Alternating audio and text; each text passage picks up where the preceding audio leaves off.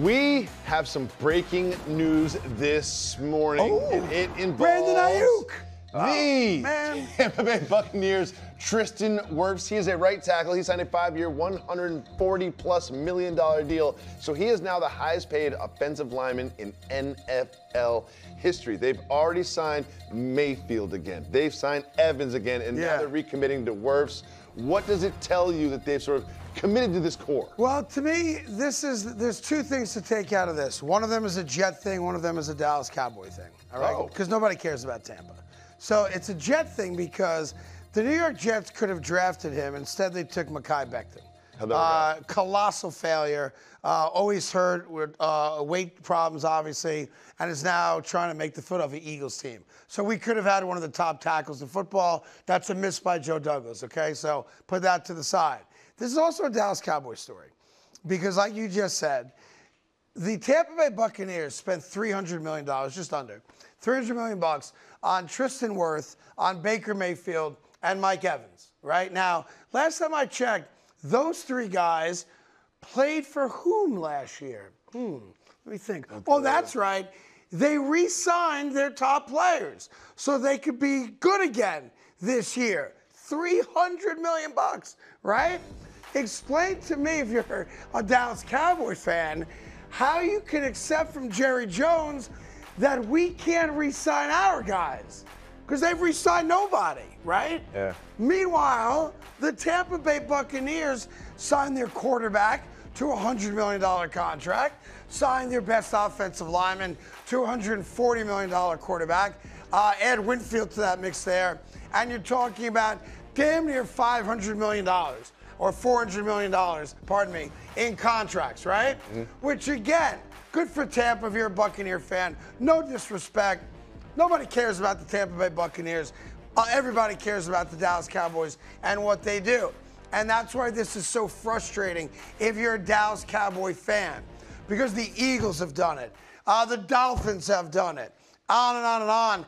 And now an organization that doesn't get a lot of credit for being well run, now they've done it. So if Tampa can spend $400 million, if the Eagles can spend the money they spent, and I don't want to belabor this, and all the other teams can spend the money that they spent, then why is it that the Dallas Cowboys keep complaining about how it's so difficult for them to spend the same money on a commensurate level? They play by the same rules. And little memo to you, Dallas Cowboys, you make more money than the Tampa Bay Buccaneers make. You are worth more money than the Tampa Bay Buccaneers are worth.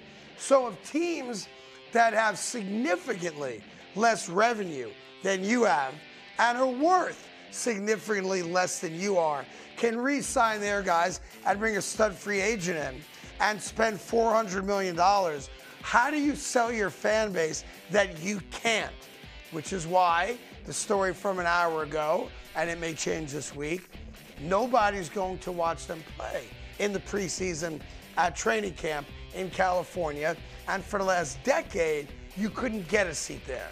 And that's the problem, that when you do compare apples to apples, this is the fairest of all comparisons because they all play by the same rules.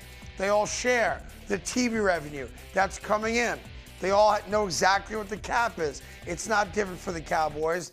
You cannot sell your fan base on being all in when they spend $400 million and you spent nothing. That's the problem. Yeah, I was trying to look up the salary cap, but the salary cap is the reason why. The Dallas Cowboys traditionally are always a team that spends a lot of money, and eventually, if the salary cap doesn't raise in the way where they can cover these big contracts, they're going to have to take a big hit one year or another because they spend all the way up to the end of it most of the time. And I think you look at but every team does, right? And the salary cap went up to $255 million. It's a significant raise from a year ago. That was somewhat unexpected. Yeah. My point is that you've got right now your best player, not even disputed, in CeeDee Lamb, who is deserving of a contract, has outperformed the rookie contract, and almost every other top wide receiver except for Ayuk and I guess Chase, right, is getting paid, right? And yet teams that don't have the fan base that you have, don't have the game day revenue that you have, don't have the attendance that you have, doesn't have the merchandise that you have. They went out there and they write the check, right? You're. By the way, the Dallas Cowboys are worth $10 billion. Jerry Jones is a multi-billionaire. He can stroke the check. He's choosing not to. And they're using him on the notion of the salary cap as a hindrance to writing the check, but it's bogus. It's not right. The salary cap, they can finagle it however they'd like to. But you brought up a team that I think is a very good comparison to the Dallas Cowboys. There's a feeling the Dallas Cowboys are not spending this money on re-signing Dak and re-signing Dak, extending Parsons and extending CeeDee Lamb because of that loss to the Packers in the playoffs, right? But you brought up a team in the Dolphins. The Dolphins could not have ended their season worse in that game in Kansas City. Yeah. But you know what they didn't do? They didn't say, oh, we had a bad finish to the season, so we're not going to sign our guys. They re-signed Tua and they re-signed Waddle. So I think there's this sentiment like, man, if they just won that playoff game, if they had a good season finish to the season, then we would re-sign the guys. But the Dolphins looked at the landscape and said, we're not going to do better than Waddle and Tua, so let's commit to them. And the Cowboys didn't. Yeah, and by the way, that's their franchise quarterback and their second best offensive player, behind obviously Tyreek Hill. Look, there's no excuse for it. None. And you cannot be the Dallas Cowboys and have what appears to be this small market mentality because you're the big dog. You're worth more than the Giants are worth. New York's your biggest franchise.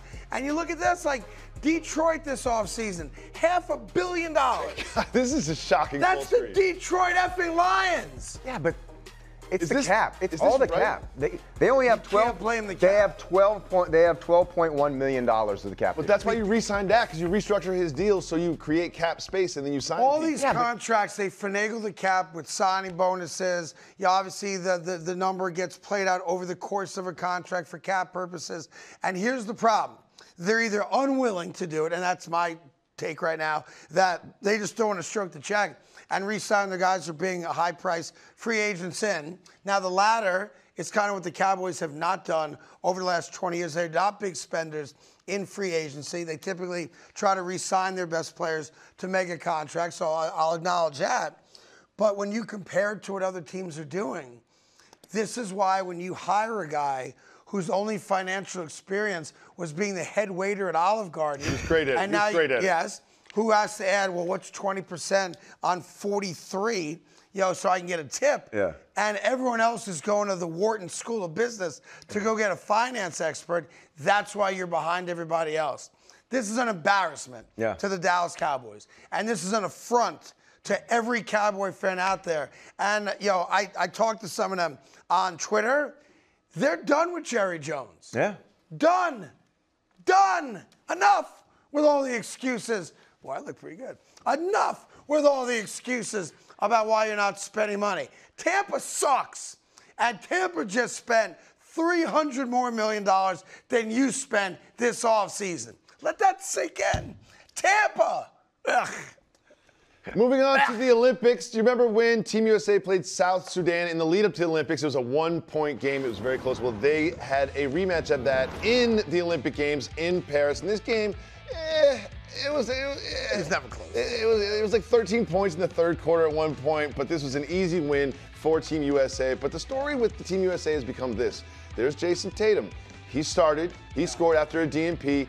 And yesterday, it was Joel Embiid who got a DNP. Is this a big deal or is this not a big deal? It's not a big deal. And I told you the other day on this show, I don't care about the individuals. I root for my country. And this is about winning a gold medal for the United States of America, not about catering to the egos and whims of prima donna athletes worth $500 million. I don't care who plays. I don't care who doesn't play. Doesn't mean a damn thing to me. Go out and win the gold. We're better than everybody else. None of these games should be close. Frankly, a lot of it's unwatchable basketball for me as a diehard basketball fan. I get no joy out of watching this team play. Matter of fact, this team turns me off. This is everything wrong to me about American athletics. It's sickening to me. The fact that we're complaining about whether or not Joel Emibiid got to play against South Sudan. Are we really all that concerned about playing South Sudan and whether or not a guy who, by the way, wasn't even born here is playing for Team USA in the Olympics and we're going to win every single game by as many points as we choose to win by? How about we just go out there with the American flag on our chest and represent our country and win the damn gold and stop catering to the whims of guys who don't know what it's like to struggle to make ends meet. Oh, Joel Emibiid didn't play. Oh, Jason Tatum didn't play. Oh, Chocobert, good. Good. I like giving these guys a little taste of humble pie. Makes me happy that these guys are, oh, I didn't get to play. I didn't get to play. Now I know the rest of us feel when the coach doesn't put us in a game. that sounds like what it's really about. Now we kind of get to the bottom of it. Yeah. I put this out on Twitter yesterday. It's a blowout. Again, I thought that was an unwatchable game. If you liked it, good for you. It's an opinion thing, right? Hey there, thank you so much for watching The Carton Show. You can subscribe right here to get all the latest bits and segments from the show. And by the way, while you're at it, we have a lot of great shows on FS1, so check them out too.